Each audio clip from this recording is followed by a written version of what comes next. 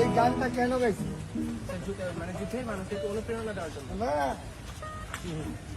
মুক্তিযোদ্ধাদের অনুপ্রাণিত করে।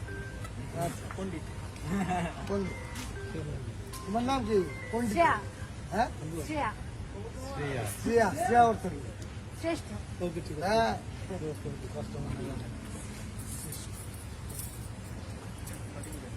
যাও